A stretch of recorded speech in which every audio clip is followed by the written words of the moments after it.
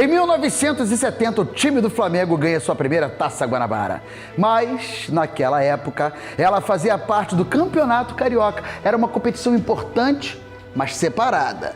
Em 70 teve um jogo festivo entre a seleção carioca e o time do Flamengo. Foi também a despedida do Carlinhos Violino, lembra? Que depois seria técnico com 7 passagens no comando do Mengão, inclusive no Tetra em 87 e no Pentacampeonato Brasileiro de 92. Cara, eu lembro muito desse campeonato. Eu já tô dando aqui spoiler, foi mal, peraí. Nesse jogo, o Carlinhos, o Violino, deu a sua chuteira para o Zico. Lembra daquele paraguaio? O Fleitas Solite, aquele do tri de 53, 54, 55? Depois dele rodar times do Rio de Janeiro, São Paulo, Minas Gerais, Bahia, ele voltou para o Flamengo. Em 1971 foi uma passagem rápida, apenas 39 jogos, mas deixou um legado inestimável para o Flamengo. Ele puxou das categorias de base um garoto franzino, que chamou a atenção do experiente técnico que levou para jogar com o time principal. E esse garoto era o Zico, o nosso galinho de Quintino. E Rodinelli, o deus da raça, também subiu em 71. O primeiro jogo do Zico foi em 28 de julho desse mesmo ano. E ele usava a camisa 9 para enfrentar o Vasco na Taça Guanabara. Ele não fez gol, mas deu um passe para Fio Maravilha marcar o gol da vitória da partida, que terminou em 2-1. O primeiro gol de Zico foi em agosto, contra o Bahia, no empate de 1-1 pela segunda rodada do Campeonato Brasileiro de 71.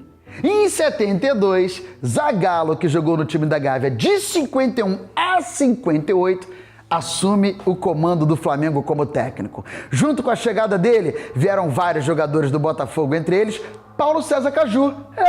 Em 72, a Taça Guanabara passa a fazer parte do Campeonato Carioca e foi conquistada, adivinha por quem? Flamengo, que venceu o Fluminense por 5-2, com 3 gols de Caio Cambalhota, e também conquistou o Carioca com um gol do Cambalhota na final. O grande ídolo desse time, junto com Caju, era Doval, um argentino que fazia sucesso dentro de campo e com as mulheres. Jorge Benjó, que na época era só Jorge Ben, lançou a música narrando o lance do Fio Maravilha no jogo contra o Benfica, que realmente aquele ali foi um gol de placa. Em 73, Zico sobe definitivamente para o time profissional e o time ainda contratou, sabe quem? Dadá Maravilha. O meio de campo, Geraldo Assobiador, o zagueiro Jaime de Almeida e o goleiro Cantarelli viraram profissionais junto com o Zico. Em 74, Leovigildo Júnior vai para o profissional e Zico é eleito o melhor jogador brasileiro, ganhando sua primeira bola de ouro da revista Placar. No segundo semestre, conquistam o Carioca, o primeiro título deles no profissional como titulares. Lembrando que o Maestro é o jogador que mais jogou com a camisa do Flamengo. 872 partidas! Adílio chega ao time profissional em 75. Em 76, uma grande perda que chocou o Brasil. Geraldo vai fazer uma cirurgia de retirada de amígdalas e morre aos 22 anos. Ele tinha sido convocado para a seleção em 76 e era uma grande promessa para a Copa de 78. Comparado com Didi e Beckenbauer, ele encerrou a carreira de uma forma trágica e precoce. Foi organizado um jogo beneficente para ajudar a família de Geraldo, Flamengo versus Seleção Brasileira. Jogou a seleção de 70 e até Pelé, que morava nos Estados Unidos, que na época jogava no Cosmos, veio para esse jogo tão importante.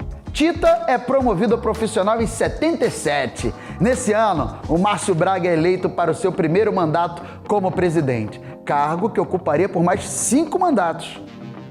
Em 78, Raul Plasma chega ao time e a conquista do Carioca naquele ano teve uma grande importância na história do Flamengo. O clube que vinha investindo na base em nomes como Zico, Adílio, Júnior, Rodinelli, Tita, mas desde 74 não ganhava nada. Se aquele time, comandado pelo grande Cláudio Coutinho, não ganhasse um título sequer, aquele mesmo elenco, que seria a base de 81, seria desmontado. Numa final emocionante contra Vasco, e um gol incrível de cabeça de Rodinelli, o deus da raça, o Flamengo manteve o time que viria a conquistar o mundo.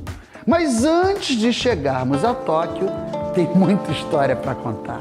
Em 78, Leandro passa para o profissional e em 80 é a vez de Moser. Em 79, uma curiosidade, tivemos 2 campeonatos cariocas. O Flamengo ganhou os 2 e conquistou mais um tricampeonato.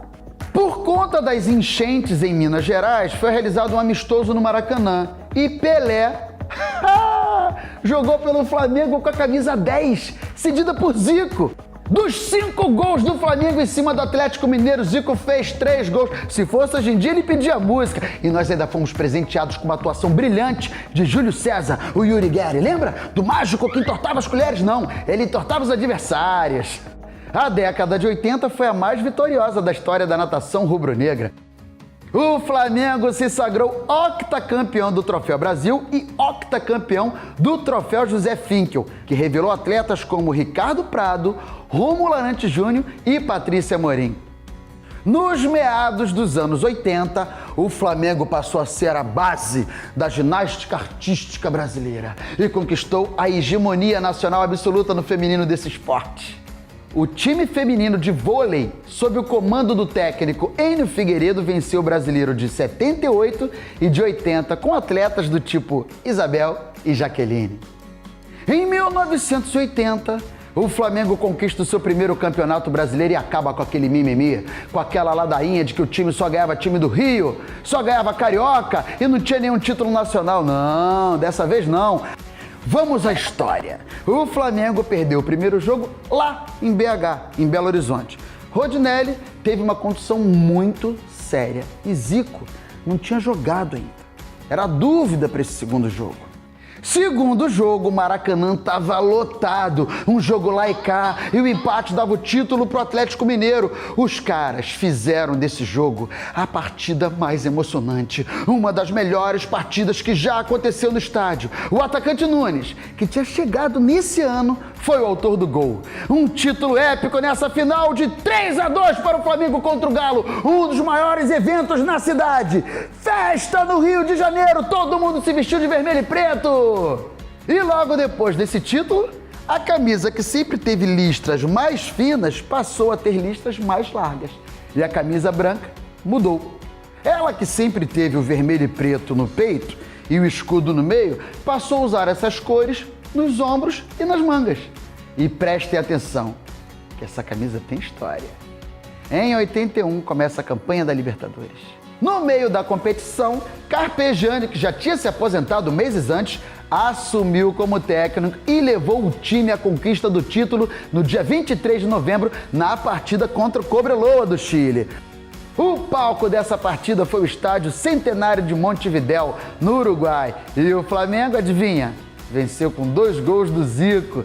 Mas tem um jogo que eu não posso deixar de falar e não foi na Libertadores. Foi no Carioca. Em 8 de novembro de 81, o Flamengo lavou a alma da torcida e devolveu o placar de 6-0 contra o Botafogo, se vingando da derrota de 72, com gols de Nunes, 2 de Zico, Lico, Adílio e Andrade.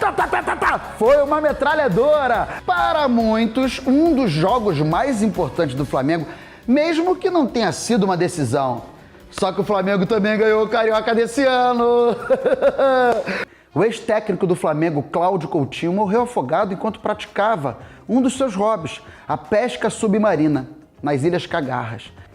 E sua morte aconteceu há poucas semanas antes dele ver o time do qual ele participou, do qual ele montou e ajudou aquela base a se formar, ser campeão mundial.